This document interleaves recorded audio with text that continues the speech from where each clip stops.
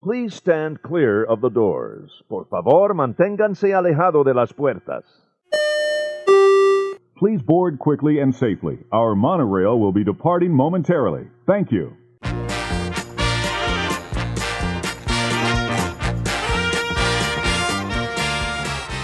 Hey everybody, thanks for joining us. This is ResortLoop.com. I'm Tim Scott.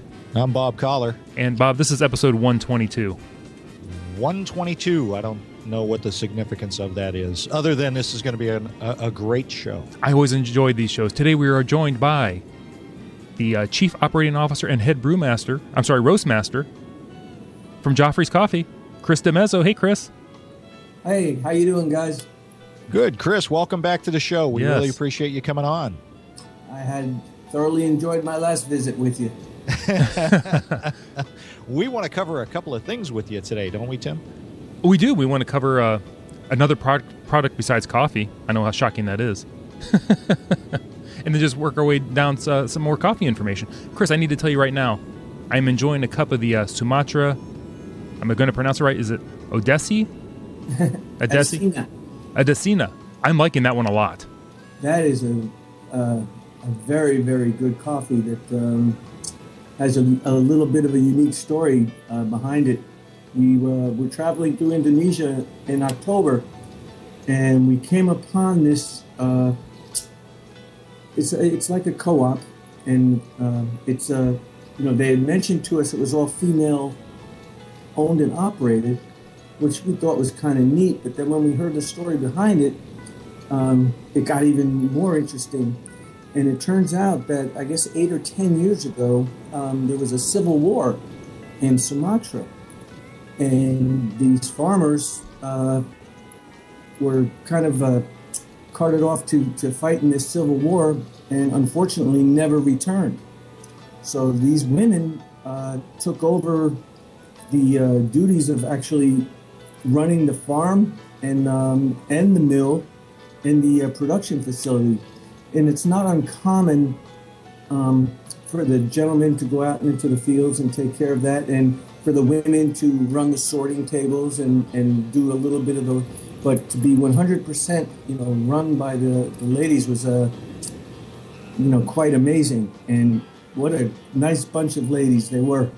That is awesome. Yeah, they greeted us. They were having cat calls. I mean, it was a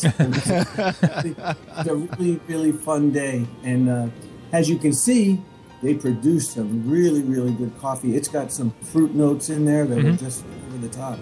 I'm enjoying it a lot, and I love hearing the stories behind the individual coffees, too. Absolutely, yeah. It adds a little bit of romance to it. I mean, it's always nice to see people that are working hard get rewarded and to hear people that really enjoy it, because I send those messages back, and nothing makes them happier to hear that people are enjoying what they're doing. Right. Yeah, that is fantastic. I'm sure you have a million stories with all of the travel that you do. I hope that Joffrey's has given you your frequent flyer miles back. at least that. They never get to hold them in the first place. I, too, am enjoying, of course, Joffrey's, the official coffee of the ResortLoop.com podcast. I'm enjoying some flying fish still.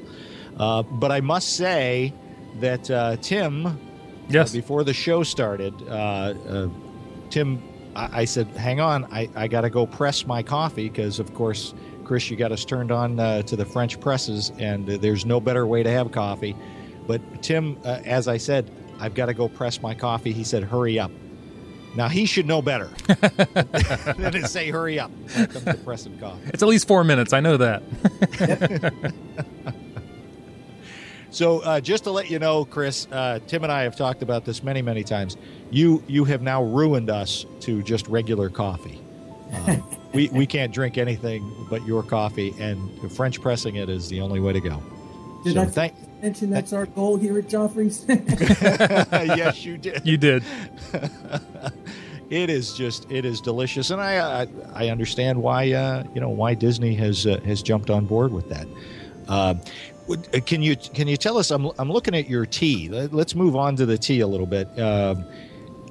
which tea do you guys have? Because I know you have tea in the Disney resorts as well, right? That's correct. I guess it was, I don't know, maybe 10 or 12 years ago. We were approached. There's a great lady that works. She's now very high up in the food and beverage, and I don't want to give her title because I don't want to get it wrong because she's such a nice lady. Her name is Mary Beth, avid tea drinker.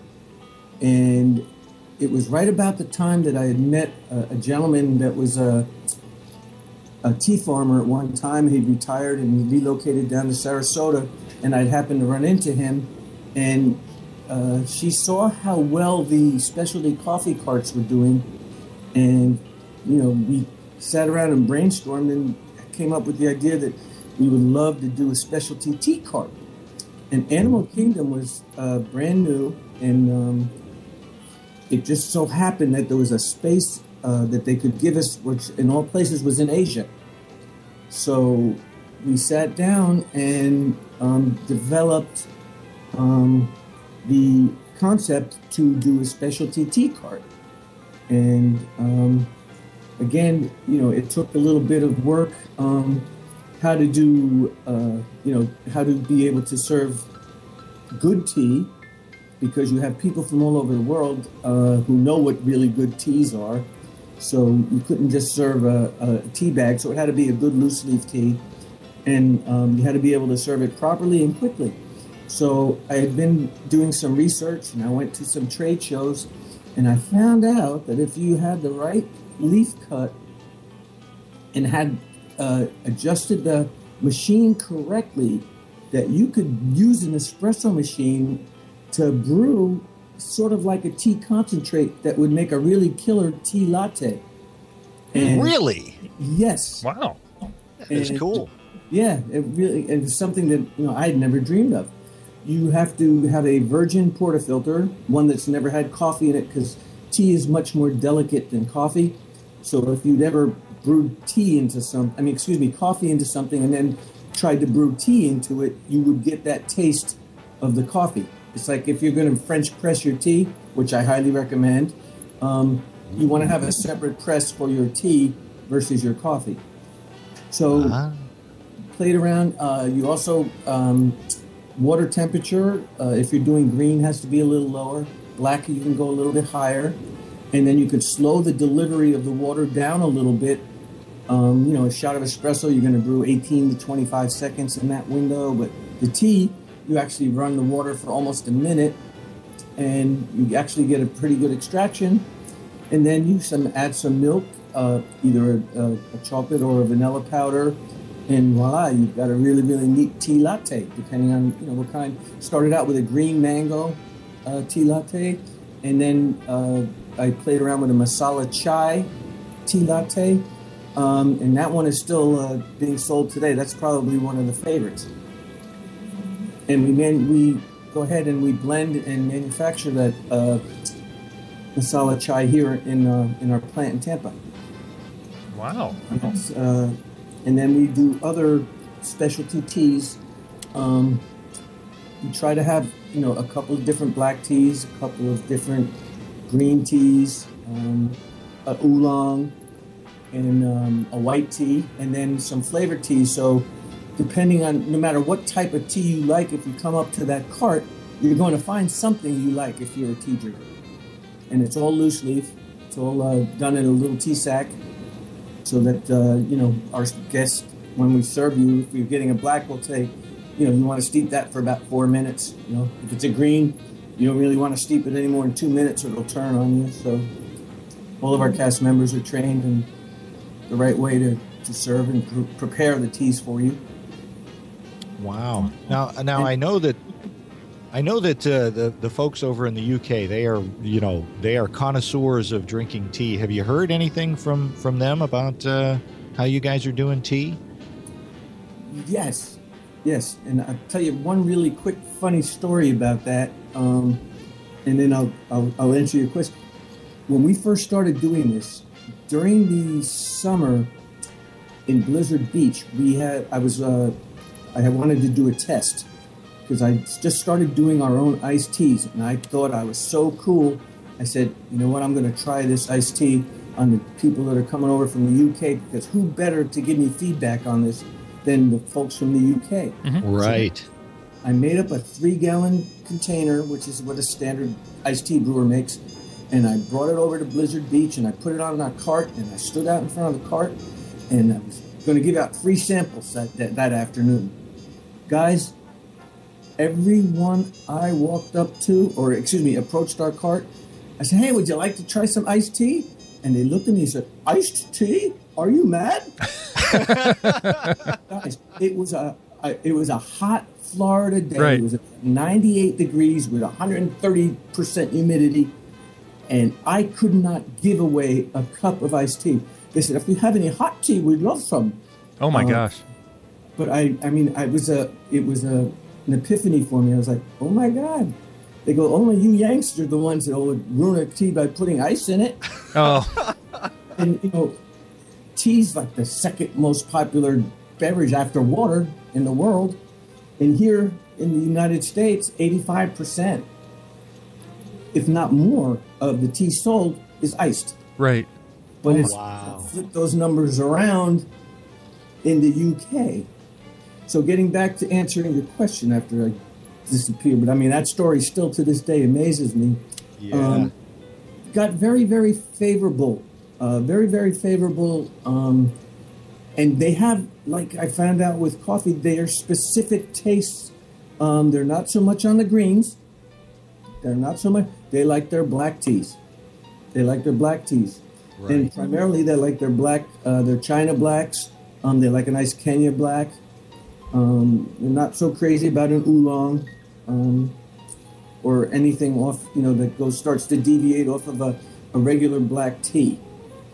But one of the things that I'm always gratified to hear, it's almost like when a guest from Italy comes and tells me my espresso is good, is when we get the guests from India that tried that masala chai that I'm telling you about, and they tell me that that's good, because that was something that I really didn't have a lot of experience with, that I started to experiment a little bit with, and somebody that is used to drinking that, grows up drinking that, comes over and tries it and says, that's very, very good. I'm like, okay, good. We're on the right track. And, I did have help from that gentleman who gave me the ingredients I had to mix together, and then I just had to start playing with the ratios until I found where I thought it would taste the best. And I have help there too, because that's one of my wife's favorite teas, so she's my biggest critic. Ah, there you go. The secret is Mrs. Roastmaster is a tea drinker. That tends to help. She will if she has to, but Mrs. Roastmaster is a tea drinker. Ah, very good, very good. What specific teas do you have at the resorts? Is it the? I want to say it's the Earl Grey and the English breakfast. Is that right? Earl Grey is very, very popular. It's a flavored tea, or it's a oiled bergamot, which is like a bitter sour orange, almost kind of a flavor, but very, very popular. And the English breakfast is a blend of China black, some Kenya, some Keenan, and some Ceylon. And that's just a regular blend of good black teas. Very, very popular with those from the UK. And then you have straight Darjeelings, which and everybody pronounces that different. Right. That's kind of what I call the champagne of teas. I'd say that Darjeeling is like the Kona, the Hawaiian Kona of tea. Oh, it's just okay. a really, really delicious black tea from India, from the foothills of the Himalayas. And then there's 1,000 other stories. I'm not that familiar with them, but that's one of the nice things about that. And then you have your greens from Japan. Your red teas, which are not really teas, guys. Those are tisanes. All teas, real quickly, all teas come from one plant, Camellia sinensis. And what makes a black tea, a green tea, is what happens to them after the processing. So they're all these plants are the same species in the same plant, and then what will happen is when they first pick it, they're picking the two top leaves and the bud. And there's companies out there that call themselves two leaves and a bud after that. And then the tea is picked, and then it's what they call withered, which is just laid on a bed, and it's allowed to air for a short period of time, about 2 or 3 hours. And then, depending on how they're going to process it, the actual, it's like, picture the veins that are running through your body are the little veins that are running through the leaf of the tea. And what releases the flavor is when they crush that leaf, and it kind of makes that the enzymes in the leaf spread out, and then they actually let that start to oxidize. It exposes the moisture, and then the tea starts to oxidize. When they fully oxidize it and they leave it out, I'm trying to remember, I think it's like 6 hours, a tea starts to get very, very dark, and it turns into what we know as black tea. And then for a green tea, the tea is taken, same thing, it's withered, but then once they break it, they actually steam it to stop the oxidation, and that keeps it that green color. And then white teas are the least processed of all teas. And basically the white tea is, I mentioned the two leaves and a bud. On a white tea, basically you're just picking the very top bud. I don't think they even take the leaf. You just take the very top bud. And on that one, they just wither it, and then that one gets dried right away. Very, very minimal processing to a white tea. And believe it or not, that one has the most health benefits because it's the least processed. It's also the most expensive, and the reason for that is because they're getting paid by how much they pick, but because they're only picking the bud, it takes much, much more to be able to make any money, so they have to pay a little bit of a higher premium for that, which is why the white teas are a little bit pricier than the other teas. Okay. Wow. I've got to say this, and Tim will back me up on this, I'm sure. Before we started this, we said, Chris, we want you to talk about the tea that you have at Walt Disney World now, and you're like, oh, I don't know all that much about tea. Right. That's like saying the President of the United States doesn't know all that much about politics. I mean, come on. You know an awful lot about tea, my friend. I'm a student. I'm still learning about coffee. Anybody that tells you that they're an expert or know everything, that's the guy you want to run away from. I saw that on your website. Go. That is a great slogan. That's one of the things I love the most about what I do is I learn something new every day. Yeah, that's what, like you said, running into those ladies that are just running their own farm. That's amazing. Yep. I mean, it's just there's always something to discover doing this, and that's what keeps it interesting for me. Absolutely. Yes. Chris, I'm going to turn this back to coffee a little bit. Sure. Last time you were on the show, you were talking about you're going to start rolling out the Joffreys on the cruise ship, on the cruise line. That's correct. What's the status on all that now? We have completed the transition on the Disney Magic. My lovely wife and I are sailing tomorrow afternoon on the Fantasy, and we'll be converting that one over. And then a week from tomorrow, we get back. I get to drive her home, turn right back around, and the following day, board the Dream. And then the Dream will get done. And then after that, I get a break in October. The Wonder will come back from cruising Alaska, and then that will be the last one that gets converted. And that one, I believe, is scheduled for sometime in October. Very cool. They're so busy up in Alaska that just to disrupt them to do it would not be a good thing. Right, you definitely want hot coffee when you're up in Alaska. But I'm very pleased with the reception on the Magic. Everybody seemed to really like it, which is always gratifying. Yeah, you said that was going to be or that is a liquid concentrate you had to work out? Yeah. Again, like I said, I get to learn something all the time. When first approached, I was kind of put my nose up because I'm a snob when it comes to coffee sometimes. I was like, I don't really want to do that. And then one of the heads of the cruise line says, well, we really need a liquid product because the logistics of trying to do grounds and everything on the ship are extremely difficult. And we have to serve a large volume. Can you help us? And you know what? When a customer, especially a great customer and partner like Disney, asks you to do something, you don't say no. So I said, let me go to work on this because I don't have any experience with it. So again, you know, I found out I don't know as much as I think I know. I set out, did this great blend. I said, man, this is going to come out great. I sent it out to the processor to have it made into the liquid, and it came back, and guys, it was undrinkable. Yeah. Oh, no. It was so acidic, it made my eyes water. And I was like, no. Oh, my God, what the? And I said, Chris, you forget, you were doing a blend like you were going to serve it, roasted and ground. You're doing it a completely different way.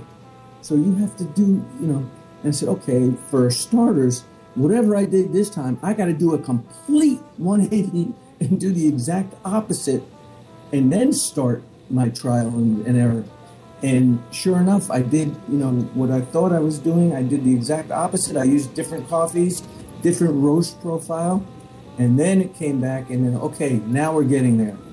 So I tinkered with it probably for about 6 months. And then finally got it to where I wanted it. And something that, as far as a liquid coffee goes, of course, I'm a little prejudiced in my views, but it's probably one of the best liquid coffees I've ever tried. The one thing Excellent. I can say is no matter what I do, I just can't get the aroma the way I want it. I got the flavor there, but I'm not a chemist, so something happens during the processing. Because actually, when I go to drink it, the first thing I'm doing is smelling. Mm-hmm. You get an aroma, but it's not like, I guess I'm expecting the aroma of fresh brewed, and you just don't get that. But the flavor is there, which is, we all know is extremely important. Right. How would you? That's interesting. How would you describe the blend you came up with for the cruise line? Again, I have to remember that I'm going to be serving a whole wide range of palates. Mm-hmm. And when I went to do the tours of the ships, I sit and I look, I try to get there and look at the breakfast crowd, look at the lunch crowd, and naturally you have a lot of children, but those aren't your target markets. But you have, believe it or not, you have a lot of young parents with young children, and then you have the grandparents that are there for their special. So you want a coffee that is a blend of coffee that's going to be pleasing to both the young and the older generations, and so you kind of combine the smoothness of a medium roast with the full bodiness of a dark roast, so that you find that happy spot in the middle, so that if you're one of the national chains is likes dark roasts, or versus one of the bigger chains that also serves a medium roast, you're going to meet in the middle. And if you like coffee, you're going to enjoy that cup of coffee. You're getting that nice full-bodied flavor, but it's so smooth that it's not going to offend anyone's palate, as being too strong of a brew. So I just took some really, really nice Central American coffees and blended a little bit of South American and Indonesian coffees in there to give it a little bit of fruit note to it. And like I said, the end result was, I was surprised. I didn't think I was going to like it as much as I did, and I'm very, very pleased that I did. Uh-huh. Very good. Is it Very like a good. blend you might be able to sell on the website, or is it too difficult to also make it for the home? I know you're going from like it's, it's not like a Via product where I would be able to pack it. It's packed in the gallon containers and used strictly for the large machines that take the concentrate and blend it with water. It's very difficult for you to try and dose it and get the right measurements consistently at home. Right. Too difficult to go from a liquid to a the machines have a built-in DSS meter that keeps the amount of solids, which means it controls the flow of concentrate to water mix, so that there's never a variation getting the same cup time after time. Oh wow, cool. Well, there you go, Tim. That'll be your next purchase. You'll have to get one of those machines, so you can just get that experience on your cruise, Bob. Oh, I can't wait! Now, I'm going to get on there. I'm going to be on the Dream on the 19th. I'm getting off on the 16th, so you'll be. Oh, very nice. Excellent. So I can't wait. It's going to be. I can't wait. I mean, I've got to tell you, and this is just my personal opinion. I know Tim's got his favorite. I think, and again, this is just mine. I haven't tasted everything yet, but I'm going to tell you, I have never had a better cup of coffee than your Artist Point coffee. That is just, it was amazing to me. You have a very sophisticated palate, because you got a lot of things going on in there. Yes, there were. Oh, that smoky flavor to it. Oh my gosh. Got some really, really flavorful coffees in that blend. That's one of my favorite restaurants. I mean, it'd be really hard for me to pick because there's so many great ones, but they do a lot of different kind of meals. They serve a lot of game and very exotic things in that restaurant, and that coffee just pairs perfectly with what they do. It's got so many different, fruit and winey notes to it, that it just, it's just like a perfect fit. It is delicious. I tell you, you guys do a phenomenal job with your Disney blends, and I cannot wait to try that on the cruise ship. I'm looking forward to just sitting on the deck, drinking my Joffrey's coffee, watching the world go by. In typical Disney fashion, they know how to do it. I'm going to really, really hit the gym hard, because I'm going to be spending 2 weeks straight on their ship. Big trouble. They do have some good food, I understand. Oh my God. I get the worst part, guys, is I'm in the back in the kitchens working, installing these machines, and I'm watching these artists at work in their kitchens. So let me tell you, the anticipation, because I'm looking at what I'm going to be having soon. By the time they bring it out, they don't have a chance. It's terrible. And it's just, they just, like everything, they spoil you. Oh, you want more? Not a problem. And you're seeing the behind the scenes things. So, I mean, weighing the behind the scenes things, I mean, is the quality as good as you get when you get it on your table? I mean, like I said, to watch them work, they're like artists. And really, what truly impresses me is they you're doing, and it's kind of the same thing, with roasting, how I train my apprentices is, you're doing the same thing over and over. And sometimes, some people might tend to get bored. It's like the way we train our baristas at Disney World, or, any one of the parks and our carts. We treat that guest like we're going to see them again tomorrow.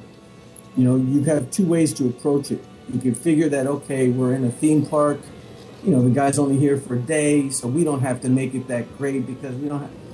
Our people are trained that like, you're operating that cart like it was your corner store in your hometown, and you were serving your next door neighbor, and you're going to see him every day. You want to put out the best product possible every single time. And watching these guys make their presentation, the plates, how it comes out, the guy that's making the pastries with the pastry decorator. I mean, you can see the attention to detail, and to me, that's passion. That's what it's all about.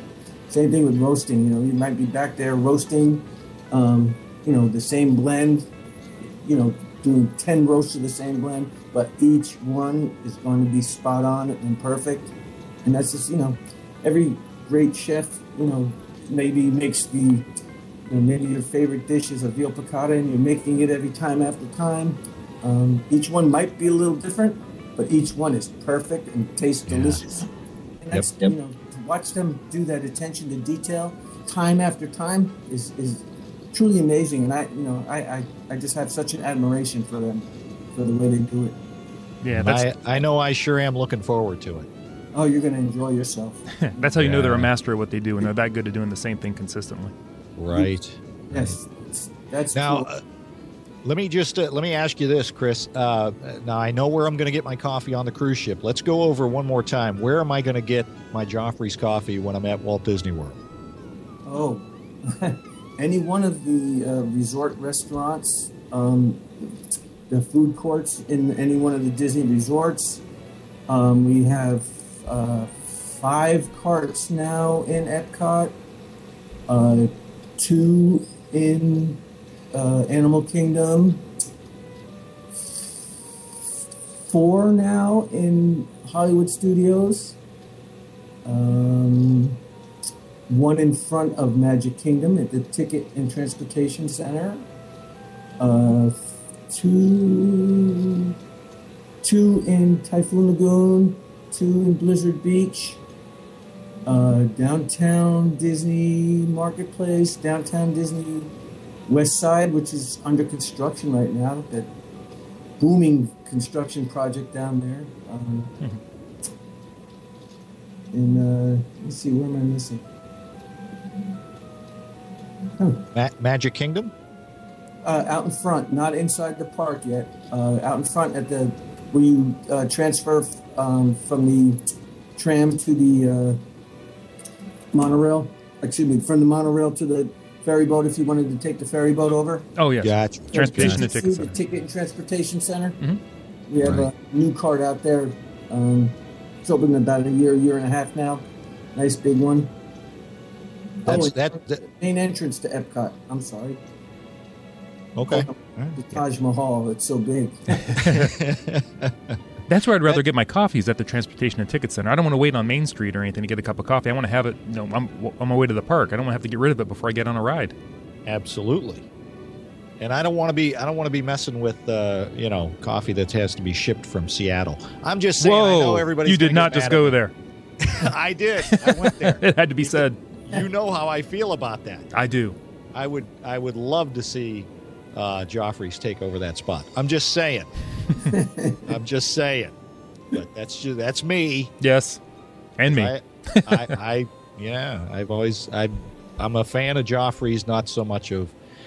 I don't even know the name of that place. It's somewhere out in Seattle. We're not even going to talk about it. I don't even know. We appreciate that. Thank you. Oh, hey, thank you. I mean, it's you can hear the passion. Right, Tim? You can hear the passion in Chris's voice. Bob, I got to tell you. I know we need to wrap here pretty soon. But I was talking to Chris real quick yesterday. Yeah. You know what he grows at his house? Oh, yeah. He has coffee growing at his house. That's how you know the man is passionate. Absolutely. How many people do you know grow coffee? I'm not right when it comes to coffee. On all these little trips, I take these little risks, and I put some cherries in my pocket, and I bring them home, even though you're not supposed to be bringing live, but fruits and vegetables. But I mean, it is technically a fruit. But when they ask me what it is, I say, "Oh, it's just coffee." Yeah, I won't tell anybody. Yeah. And believe it or not, I tried it for a long time, and I couldn't get it to grow. And then finally, one of the old farmers in I think it was El Salvador said, "You're not giving it long enough."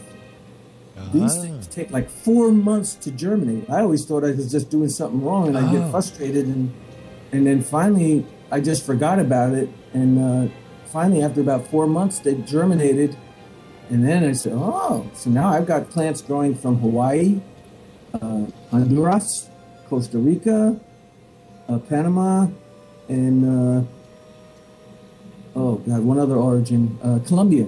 Oh, wow. Wow. Not making Mrs. Roastmaster real happy because I dug up her flower garden and I now have this coffee. But I got some coffee, was able to harvest some last year. Not quite. After it was all said and done, I ended up with about a pound of beans. And I tried to do it a honey process, which is a long, involved thing.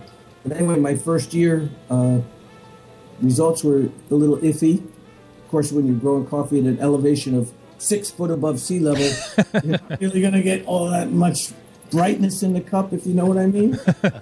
Yeah. But I pruned them back after they had borne fruit last year.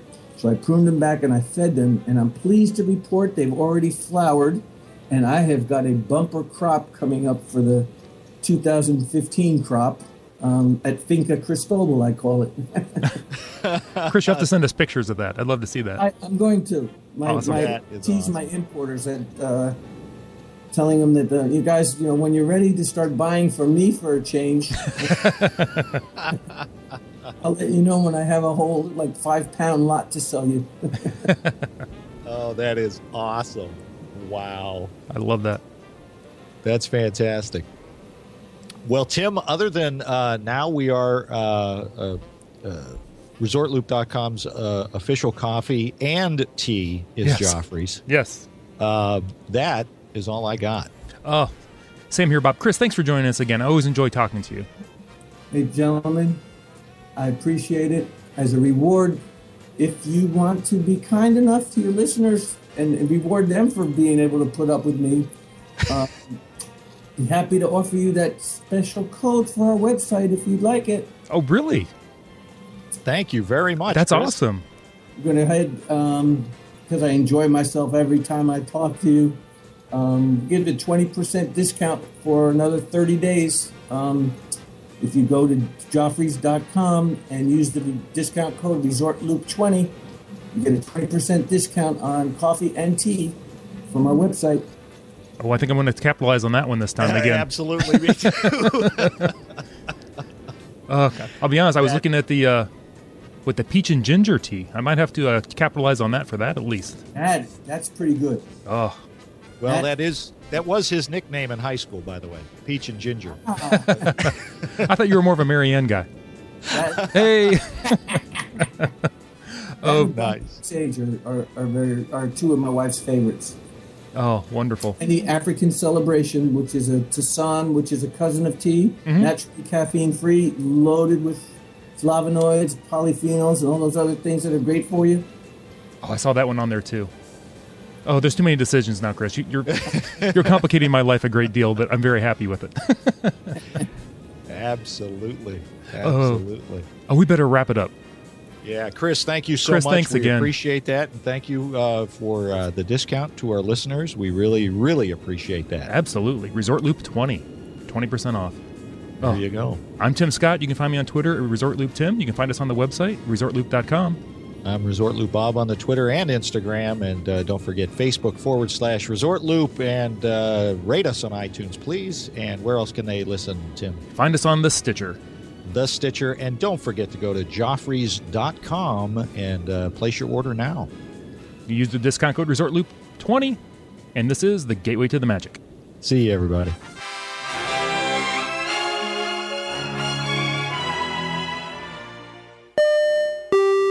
Tea?